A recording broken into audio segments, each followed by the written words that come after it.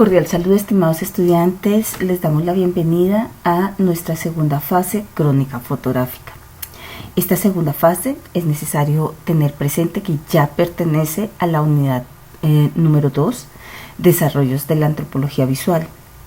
Entonces, quienes por alguna razón, porque llegaron tarde, porque aún no comprenden, no tienen interiorizados los elementos de la unidad 1, es necesario que primero vayan a la unidad 1, entiendan bien qué es antropología, entiendan bien cuál es su método, cuál es su campo, etcétera, cómo se formula un proceso de investigación para luego sí profundizar en lo que es la fotografía y las primeras escuelas de la antropología visual.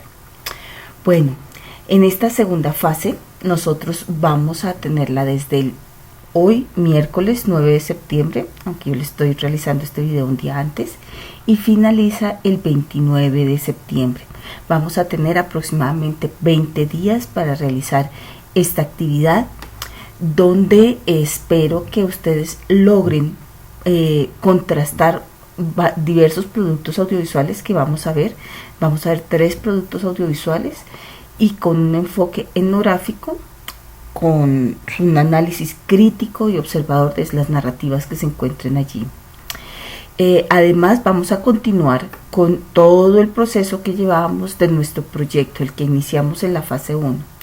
Y ahora vamos a desarrollar productos audiovisuales a partir de la observación de las realidades locales para generar propuestas investigativas con corte etnográfico. Bien. Entonces, teniendo en cuenta esto, vamos a comenzar. Vamos a leer nuevamente el sílabus. El sílabus es nuestra cadena, nuestra columna vertebral. Entonces, siempre hay que estar mirando sílabus y guía para saber de dónde venimos, para dónde vamos. Luego de la lectura de los sílabus, nos vamos a estudiar los materiales que tenemos en la unidad 2. Son bastantes. Yo sé que en los cursos, en la mayoría de cursos, ustedes están acostumbrados a 1, 2, máximo 3 lecturas y aquí van a encontrar un montón de cosas. En este montón de cosas vamos a encontrar referentes que les van a ayudar no solo para la tarea, no solo para esta actividad, sino para su formación académica a lo largo del tiempo. Entonces, por eso es la importancia que tienen. Vamos a encontrarnos primero con una lectura sobre apuntes de la fotografía. Yo aquí ya la tengo. Apuntes de la fotografía como metodología participativa con niños y adolescentes. Si ustedes se dan cuenta, muchas de las convocatorias en artes son laboratorios participativos y gran parte de ellos se están haciendo a través de la fotografía. Entonces, como esta es nuestra unidad que se va sobre todo a la fotografía y a los inicios del video, pues empecemos con la fotografía.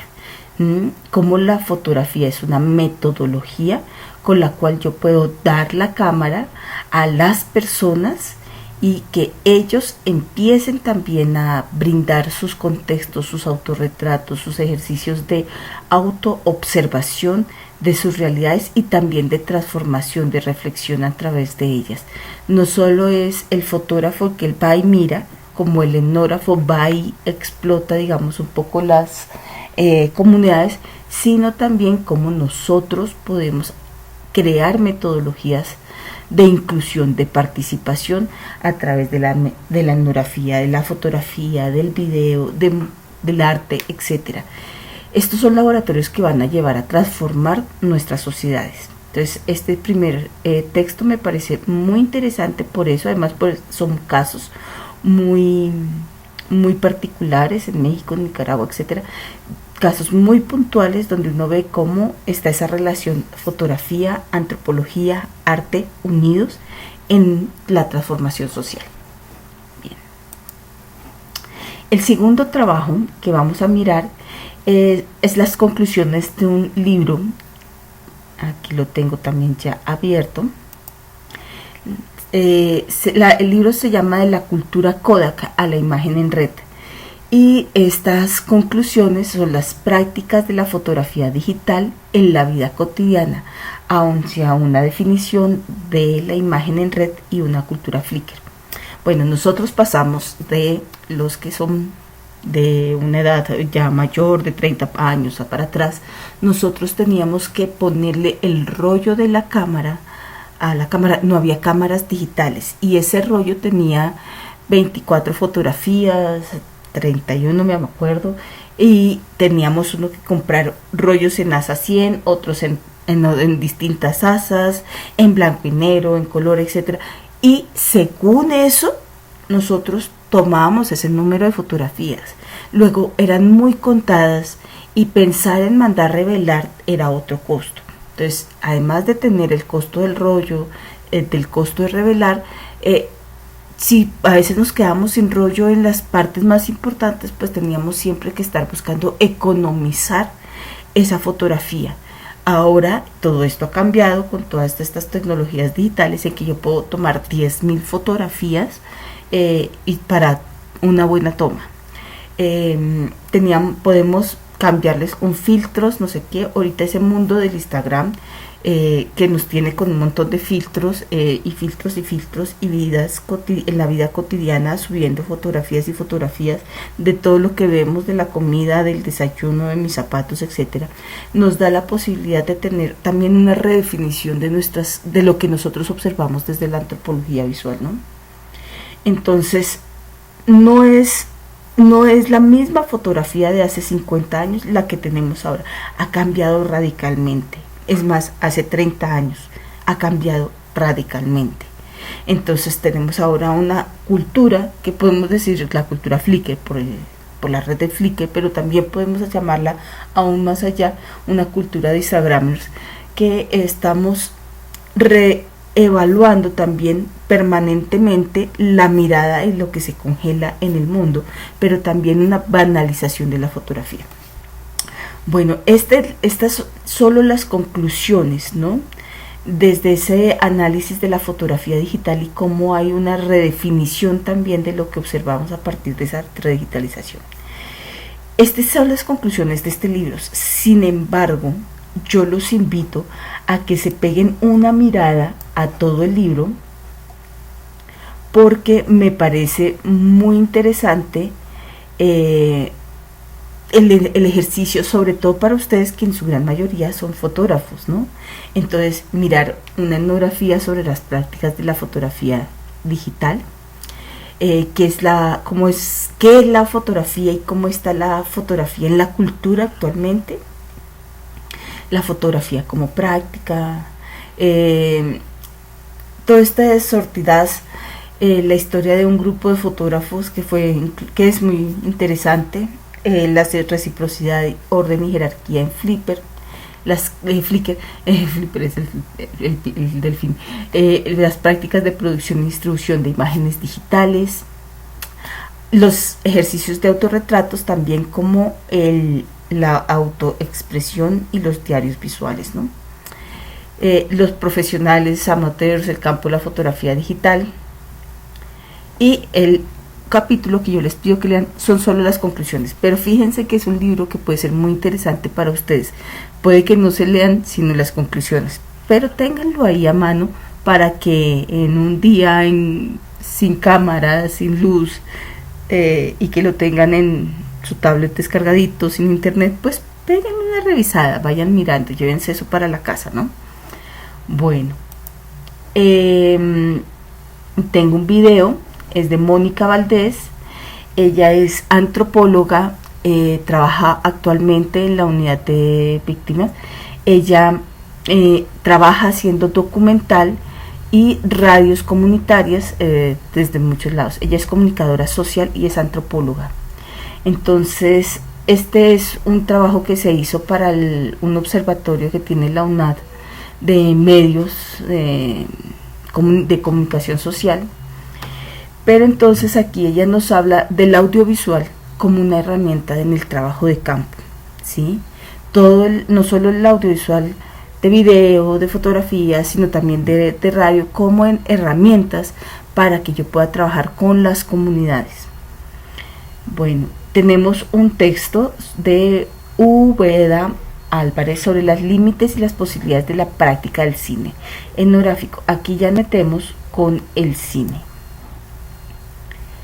Este documento es de UNED, de la Universidad de Sevilla.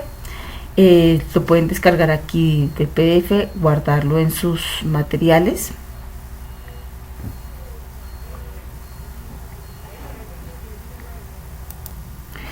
Con este material nosotros ya nos vamos a revisar cómo ha sido el desarrollo del cine, el cine antropológico, el cine documental, el video documental durante el siglo XX, que viene a ser la parte en que va del modernismo al posmodernismo, ¿no? Y van a encontrar ustedes muchos elementos históricos afines de sus clases de arte, el arte y la modernidad, junto con la primera parte del siglo XX, ¿no? Vamos a encontrar referencias a Margaret Mead, a ese inicio de ese cine, a los ejercicios que hicieron algunos artistas rusos, sobre todo, por ejemplo, Einstein. Vamos a encontrar relaciones con la antropología y cómo la podemos observar. Es importante que realicen esta lectura, sobre todo para comprender un poco esa historia y cómo ha cambiado la imagen del cine etnográfico, ¿no? Fundamental. Entonces, ahí se llevan ese para la casa también. Luego tenemos un documento que es aproximaciones teóricas en la antropología visual. Aquí. Nieves Ferber nos trae un documento donde ya nos trae la parte teórica de la antropología visual. Si bien está toda la parte de las bases de la antropología que vimos en la unidad 1, aquí vamos a ahondar un poco en las relaciones, en las aproximaciones que tenemos desde la antropología visual, ¿no? Cómo nace, cómo se desarrolla en los finales del siglo XX, cómo desde la antropología, cómo empieza todo el proceso de la toma de la fotografía, de la observación del otro, cómo empieza a nacer el cine documental etnográfico a muy finales del siglo XIX, con los mismos hermanos Lumière, que empiezan a tomar imágenes no ficticias, sino documentales de cómo estaba viviendo la gente allí, cómo empiezan ejercicios como Nanook el Esquimal, como Disga Bertov, ¿sí? Fundamentales para comprender. O sea, si nosotros no vemos a Robert Flaherty en la universidad y no vimos Disga Bertov, perdimos la plática. Entonces, por eso, si no vemos a Margaret Mead y a George Patterson, perdimos la plática. Si nosotros no nos vemos, digamos, estos ejercicios mínimos y básicos, perdemos la plática. Entonces, teniendo en cuenta todo esto del cine etnográfico, ¿qué significa eso del video antropológico? Son cosas absolutamente distintas, opuestas. ¿Cómo las podríamos caracterizar? Es bastante distinto. Finalmente no, todavía no. Tenemos, a ver, aquí tenemos este documento sobre la entrevista en historia oral e historias de vida. Esta actividad que vamos a hacer en la fase 2, todavía no vamos a tener la entrevista, la vamos a trabajar en la fase 3. Entonces, este material y el de cine lo podemos ir leyendo con más calma. Los podemos dejar para la próxima fase. Pero si lo pueden hacer de una vez, pues de una vez. Aquí en la entrevista, nosotros vamos a mirar cuáles son las claves básicas para tener ese acercamiento, ese contexto a la historia oral, a la vida cotidiana, a la historia de vida, a las entrevistas básicas con las cuales nosotros vamos a adquirir información para generar y desarrollar nuestros procesos documentales, ¿sí? Entonces también ahí queda como ejercicio también de reflexión de cómo tenemos que preparar las personas, de cómo las realizamos, de cómo las debemos editar, qué debemos recortar. A veces tomamos todo, otras veces no, cómo hacemos ese análisis, esa interpretación desde la antropología. Y finalmente tenemos otro documental de Mónica Valdés, otro video muy corto de Mónica Valdés, esta vez hablando sobre el audiovisual como lente mediador en el diálogo intercultural. Como vieron, tenemos harto para leer, sin embargo, creo que les puede aportar mucho a futuro. Después de haber revisado estos materiales, nosotros nos vamos a ir a la segunda parte de nuestra guía. Vamos a leer y aplicar cómo, si nosotros no vemos a Robert Flaherty, si no vemos a Dizka Bertov, si no vemos a Margaret Mead, perdemos la plática. Entonces yo los invito a que la segunda parte de nuestra guía sea el análisis de documentales. Durante las fases 2, 3 y 4 vamos a hacer análisis de documentales y a la vez seguir con nuestra investigación de crónica fotográfica. En nuestro análisis de documentales vamos a ver 3 documentales básicos. Bueno, realmente son más escondidos, hay otros que son más conocidos. De Robert Flaherty, el más conocido es Nanook el Esquimal, pero nosotros vamos a ver uno más escondidito. Como yo sé que muchos de ustedes ya se vieron Nanook el Esquimal, vamos a vernos Moana, de 1926. Un trabajo absolutamente bello, además porque Nanook el Esquimal él lo hizo en el 22. Entonces este lo hace 4 años después, ya con su esposa, y ya desde una perspectiva mucho de mayor conocimiento que la que tenía con Nanook el Esquimal. Entonces me parece que este ya es un ejercicio mucho más reflexivo, mucho más decantado. Segundo, Dizka Bertov. Yo creo que Dizka Bertov, su obra culmen, que muchos ya lo han visto, y si no la han visto, también la tendrían que haber visto, salir corriendo a verla, porque si no, ¿qué hacen estudiando artes visuales si no han visto El hombre de la cámara, ¿no? El hombre con la cámara es tal vez una de las películas de Dizka Bertov más importantes del cine. Es un retrato a la Rusia, pero él lo que hizo también para generar El hombre de la cámara es realizar una especie de muchos cortos documentales de esa Rusia no, como les diga, no urbana, sino esa Rusia rural, esa Rusia todavía muy empobrecida porque venía de esa revolución bolchevique, de estar empobrecida por los zares muy fuertemente, ¿no? Yo creo que aquí hay que hacer un contexto para quienes no conocen algo de la historia rusa, sepan que Rusia era un país supremamente pobre, muy pobre, que tenía unos reyes, los zares, muy ricos, mientras que otros eran muy pobres. Y Rusia tiene, por su ubicación geográfica, inviernos muy fuertes. Entonces, viene de tener un empobrecimiento muy tenaz, y en ese proceso de la modernidad empieza la formación de las industrias, y con la formación de las industrias el surgimiento del proletariado. Y Marx, que había estudiado en Francia y que tenía todas las ideas del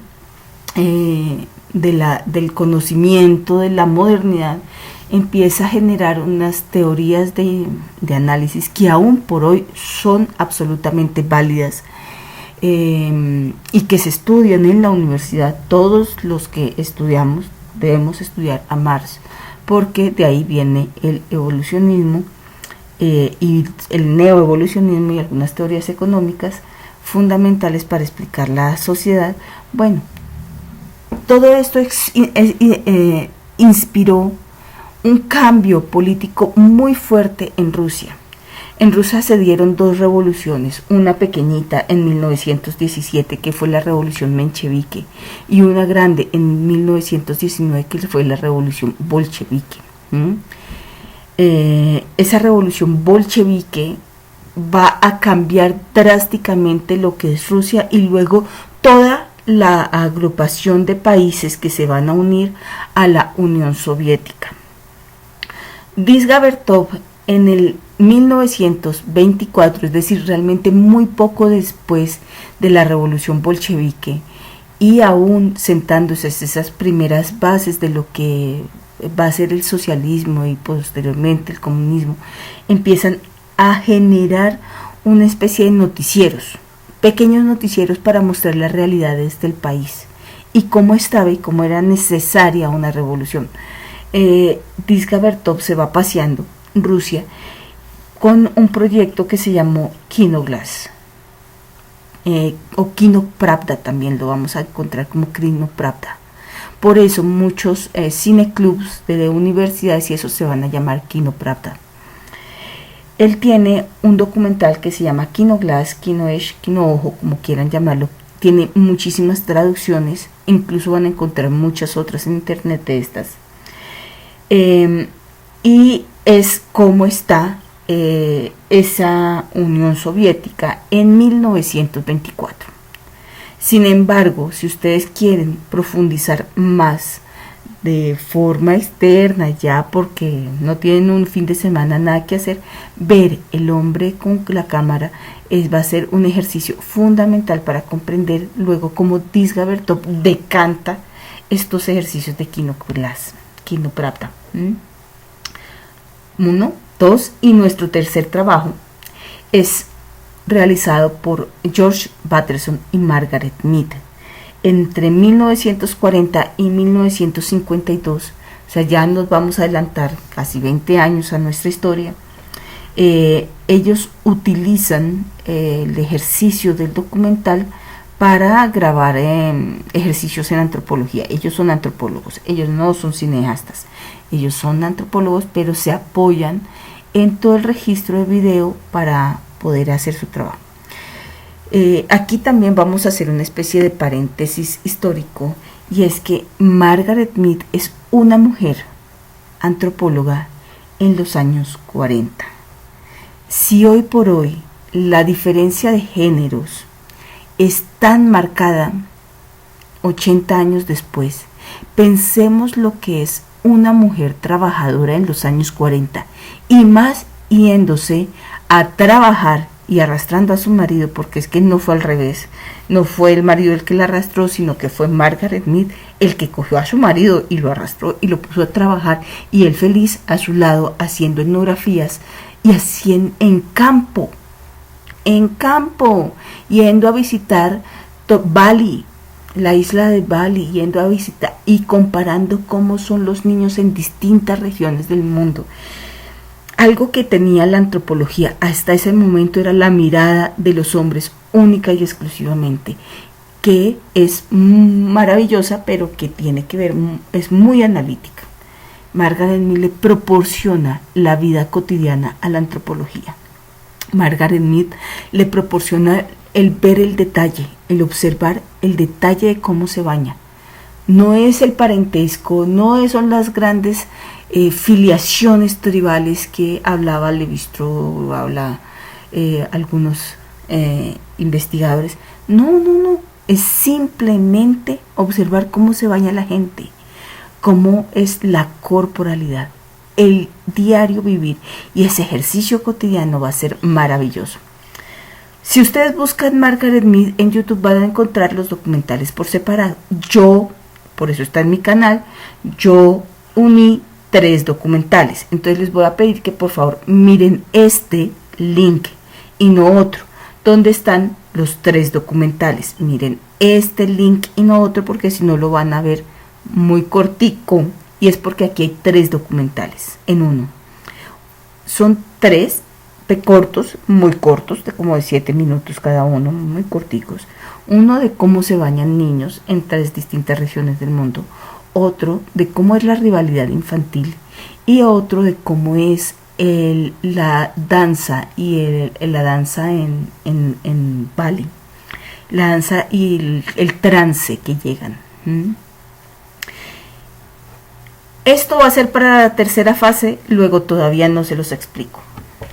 Estas 3 los vamos a ver, ¿sí? Y vamos a hacer este análisis. Lo voy a traer desde mi otra pantalla. A ver, ¿dónde está? Acá. Aquí lo traigo. Aquí. Tengo un formato para que ustedes entreguen esto y no se me vayan a confundir. Entonces vamos a hacer el análisis. Vamos a ver los 3 documentales, pero tranquilos. Solo vamos a hacer el análisis de 2. 1 y 2. ¿Vale? ¿Qué vamos a poner? En cada uno es lo mismo y siempre vamos a mirar lo mismo. ¿Cuáles son las características técnicas? El año, el productor, el director, la ciudad, cuánto dura, etcétera. Esos datos los pueden buscar en internet o están en los mismos documentales, al inicio, al final, todo eso. Luego vamos a hacer un resumen cortico. ¿De qué se trata? Tranquilos, yo me las he visto, no necesito que me cuenten de qué se trata. Es un resumen básico, cortito, ¿sí?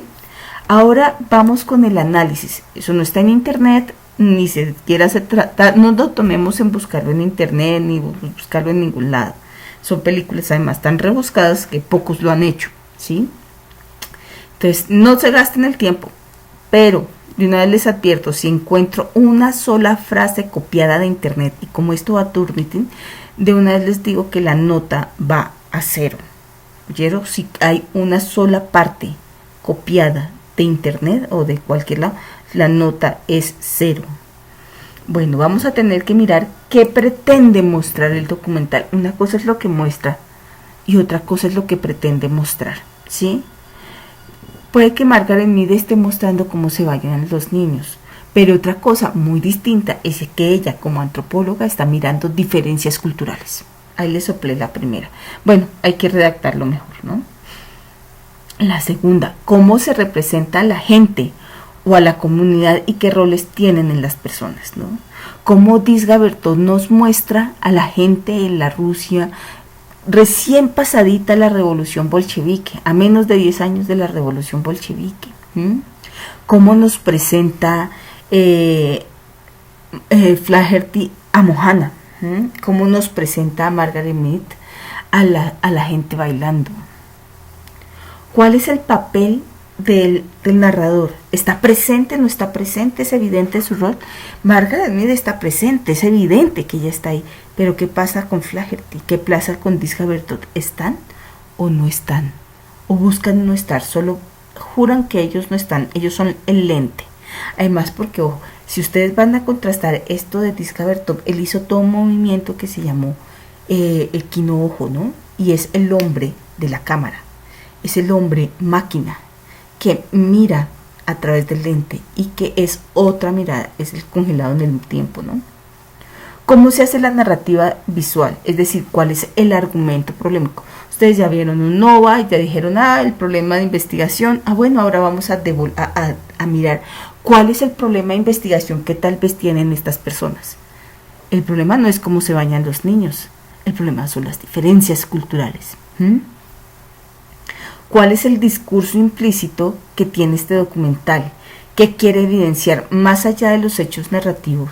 Más allá de cómo se bañan los bebés, yo quiero mostrar o evidenciar algunos hechos particulares, mostrar fíjense en cada detalle, manos, ojos, en las arrugas de las personas, porque eso es lo que lo está evidenciando nuestro etnógrafo, nuestra persona que nos está mostrando con la cámara y que nos está haciendo evidente la pobreza, nos está haciendo evidente el atraso social, nos está haciendo evidente la necesidad de un cambio social. Eso es lo que nos está mostrando. ¿Cuál es el papel del color, de la iluminación, del sonido, de la música, de las voces, etcétera? ¿Cuál es el papel que juega? Muchas veces son películas en blanco y negro, pero hay sonidos, hay música, hay otros elementos argumentativos ahí que también cumplen un papel. Y una crítica por parte de ustedes, ¿sí? No quiero que nos vayamos sin que ustedes me digan esto es absurdo, esto es bueno, y por qué no. Una crítica con relación a esto, ¿no? A Margaret Mead sí logra captar la vida cotidiana como pretendía o no lo logra.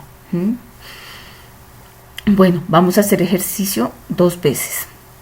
Es decir, que uno de los documentales lo miran pero no lo hacen. Entonces yo confío en que ustedes van a ver los 3 porque si no, perdimos la plática.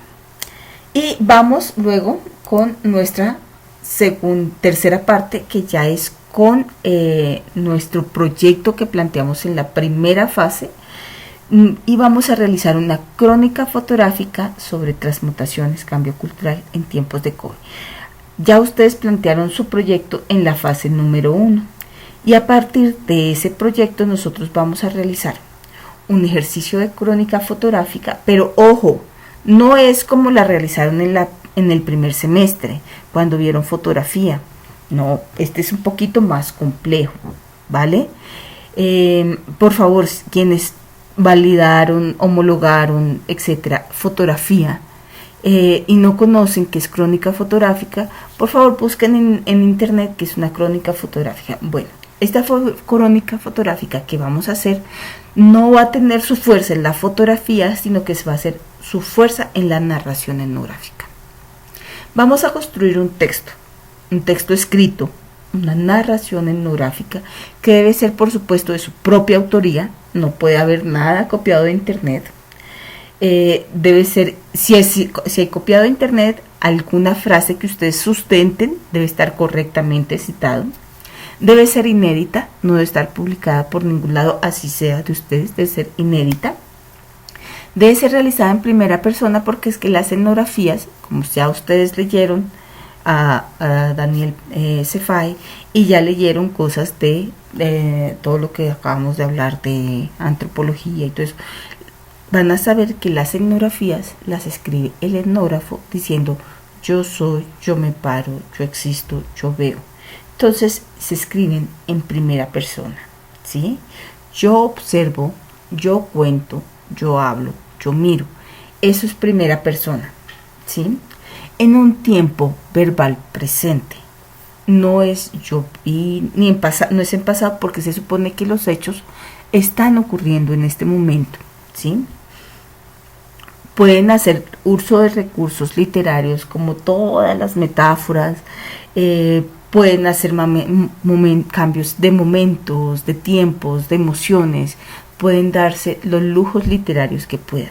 Fíjense que esta forma de escribir es muy distinta a la de un texto académico. Este es mucho más literario. La etnografía es una de las ramas literarias. Esta narración debe tener una estructura textual en la que presentan, por supuesto, sus contextos de observación.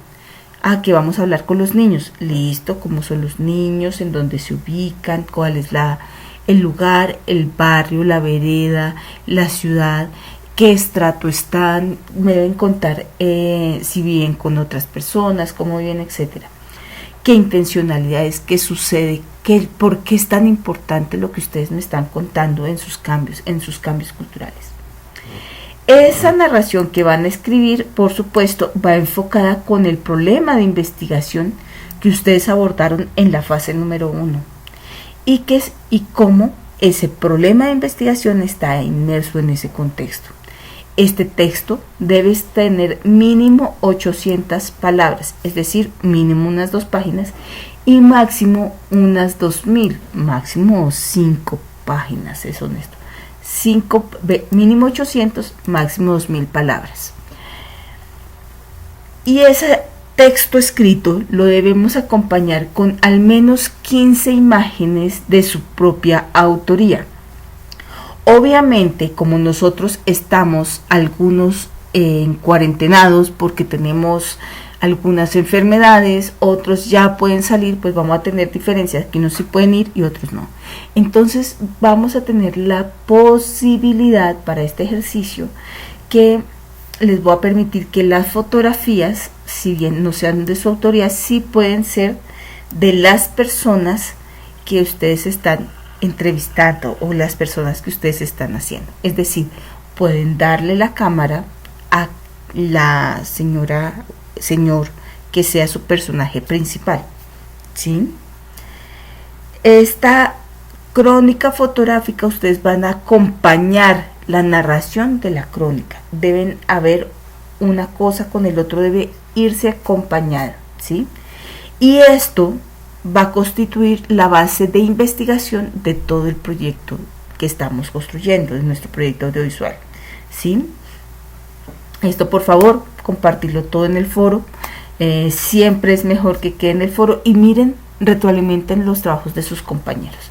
Entonces aquí en nuestro formato que tenemos acá, les tengo el mismo texto y ustedes simplemente vienen aquí, lo quitan esta parte, la quitan y ponen su texto y sus 15 fotografías, ¿vale?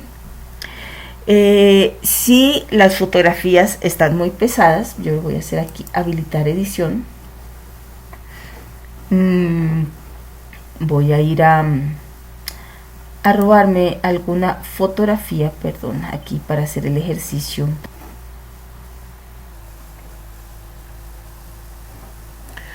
A ver, me robo una fotografía de algún lado.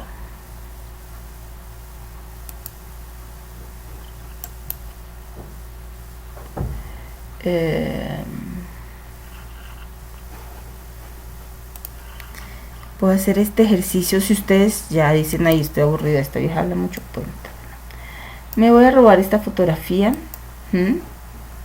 y voy a hacer el ejercicio de insertar aquí una fotografía en nuestro trabajo. Esto es para quienes no saben insertar una fotografía y bajarle el peso.